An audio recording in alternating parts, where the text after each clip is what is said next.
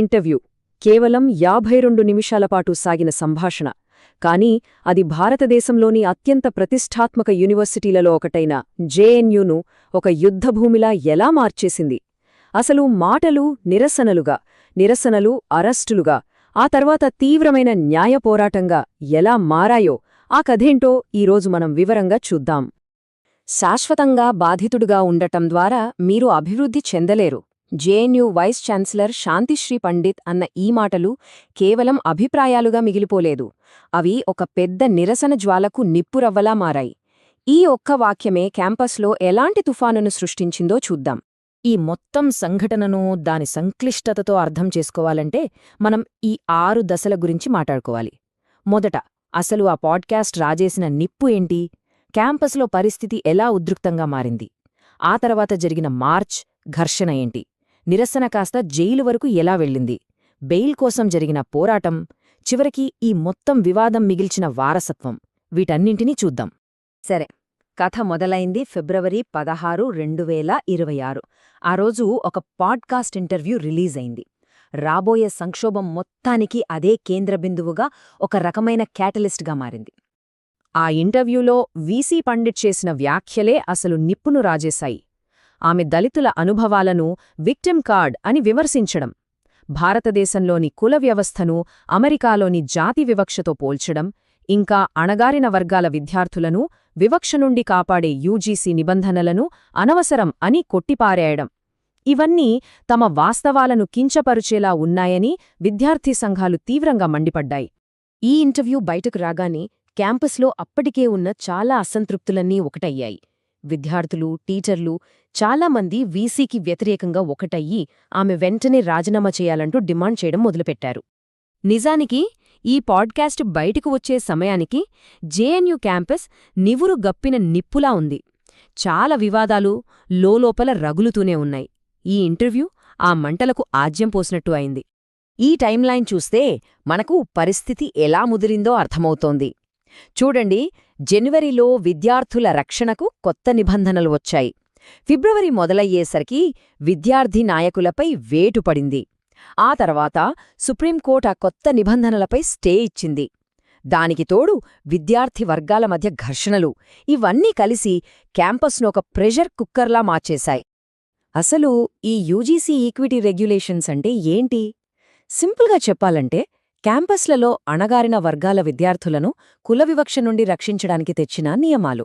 వీసీగారు వీటినే అనవసరమనడంతో ఆమె అణగారిన వర్గాల హక్కులకు వ్యతిరేకి అనే వాదన బలపడింది. అందుకే ఇది ఇంత పెద్ద వివాదంగా మారింది. ఇప్పుడు లాంగ్ మార్చ్ గురించి మాట్లాడుకుందాం. ఇక్కడే ఈ వివాదం యూనివర్సిటీ అంతర్గత వ్యవహారం నుండి కాస్త బయట పోలీసులతో ప్రత్యక్ష ఘర్షణకు దారితీసింది. విద్యార్థులు చేపట్టిన ఈ లాంగ్ మార్చ్ వెనుక ఈ 4 స్పష్టమైన డిమాండ్లు ఉన్నాయి. వీసీ రాజీనామా చేయాలి, తీసేసిన యూజీసీ నిబంధనలను మళ్లీ తేవాలి, విద్యార్థి నాయకులపై వేటును వెనక్కి తీసుకోవాలి. వీటన్నింటితో పాటు ఒక కీలకమైన డిమాండుంది: రోహిత్ వేముల చట్టం. క్యాంపస్లలో కుల వివక్షను ఆపడం కోసం హైదరాబాద్ యూనివర్సిటీలో ఆత్మహత్య చేసుకున్న దళిత విద్యార్థి రోహిత్ వేముల పేరు మీద ఈ చట్టాన్ని తీసుకురామాలని వారు డిమాండ్ చేశారు. ఆ రోజు అసలేం జరిగిందో స్టెప్ బై స్టెప్ చూద్దాం. ఉదయం క్యాంపస్లో ర్యాపిడ్ యాక్షన్ ఫోర్స్ మోహరించడంతోనే టెన్షన్ మొదలైంది. మధ్యాహ్నం మార్చ్ స్టార్ట్ అయ్యింది. సాయంత్రం కల్లా నిరసనకారులు మెయిన్ గేటు దగ్గరికి చేరుకున్నారు. కాని అక్కడ పోలీసులు గేట్లు లాక్ చేసి బ్యారికేడ్లు పెట్టారు. ఆ తర్వాత విద్యార్థులు తాళాలు పగలగొట్టడం, పోలీసులతో ఘర్షణ, పరిస్థితి చాలా వేగంగా చేదాటిపోయింది. ఆ ఘర్షణ తర్వాత ఏం జరిగిందంటే, 50 మందికి పైగా విద్యార్థులను అదుపులోకి తీసుకున్నారు. కాని వారిలో జేఎన్యూ స్టూడెంట్ యూనియన్ నాయకులతో సహా 14 మందిపై అధికారికంగా కేసులు నమోదు చేసి అరెస్ట్ చేశారు. విద్యార్థుల కష్టాలు అరెస్టుతో అయిపోలేదు. నిజానికి వాళ్ల పోరాటం వీధుల నుంచి న్యాయ వ్యవస్థలోని చిక్కుముడుల్లోకి మారింది. ఇక్కడే కథ ఒక లీగల్ డ్రామాలా మారింది. ఫిబ్రవరి 27న కోర్టు విద్యార్థులందరికీ బెయిల్ మంజూరు చేసింది.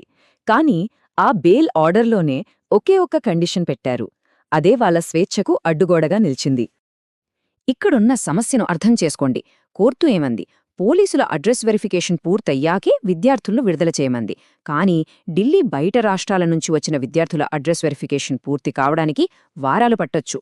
అంటే బెయిల్ వచ్చినా సరే వాళ్ళు అన్ని రోజులు జైల్లోనే ఉండాలి. అందుకే విద్యార్థి నాయకులు the process is the punishment, అంటే ఈ ప్రక్రియ ఒక శిక్షగా మారింది అనన్నారు. అయితే రోజుల తరబడి కొనసాగుతున్న ఈ న్యాయ పోరాటంలో ఒక మేజిస్ట్రేట్ జోక్యం చేసుకున్నారు. ఆ జోక్యమే ఈ కథలో ఒక కీలకమైన మలుపు. అదే విద్యార్థుల స్వేచ్ఛకు తలుపులు తెరిచింది. ఇక్కడున్న చిన్న కాని చాలా ముఖ్యమైన న్యాయపరమైన తేడాని గమనించండి. మేజిస్ట్రేట్ రవి ఏమన్నారంటే, అడ్రస్ వెరిఫికేషన్ కొనసాగించండి, కానీ దానికోసం విద్యార్థుల విడుదలను ఆపకండి, విడుదల తర్వాత కూడా వెరిఫికేషన్ చెయ్యొచ్చు అని స్పష్టం చేశారు. ఈ ఒక్క మార్పుతో ఆ ప్రతిష్టంభన వీడిపోయింది. విద్యార్థులను వెంటనే విడుదల చెయ్యమనే ఆదేశాలు వచ్చాయి. మేజిస్ట్రేట్ రవి చెప్పిన ఈ మాటలు చాలా శక్తివంతమైనవి. బెయిల్ ఉద్దేశమేంటి? నిందితులు విచారణకు హాజరయ్యేలా చూడటం, అంతేగాని విచారణకు ముందే వాళ్లని శిక్షించడం కాదు. విధానపరమైన జాప్యం కన్నా వ్యక్తి స్వేచ్ఛకే ఎక్కువ ప్రాధాన్యత ఇవ్వాలని ఈ తీర్పు తేల్చి చెప్పింది. చివరికి మార్చి 1వ తేదీ రాత్రి తీహార్ జైలు గేట్లు తెరుచుకున్నాయి. ఆ 14 మంది విద్యార్థులు బయటకు నడిచివచ్చారు. బయట వారికోసం ఎదురుచూస్తున్న తోటి విద్యార్థులు, సపోర్టర్స్ హర్షధ్వనాల మధ్య వాళ్ల ఆందోళన, న్యాయ పోరాటం ఒక నాటకీయ ముగింపుకు చేరుకుంది. విద్యార్థులు జైలు నుంచి బయటకొచ్చారు, సరే. కాని కథ ఇక్కడితో అయిపోలేదు. ఈ మొత్తం సంక్షోభం తర్వాత ఎలాంటి చర్చలు మిగిలాయి? సమాధానం దొరకని ప్రశ్నలేంటి? వాటి గురించి ఇప్పుడు చూద్దాం. ఇది ఈ వివాదంలోని ప్రధాన సైద్ధాంతిక చర్చ. ఒక వర్గమేమంటోందంటే వీసీ కేవలం విక్టిమ్ మెంటాలిటీని విమర్శించారు. మరో వర్గమేమంటోందంటే కాదు, ఆమె మాటలు దళితుల వాస్తవ అనుభవాలను, వ్యవస్థీకృత కులతత్వాన్ని తిరస్కరించేలా ఉన్నాయి.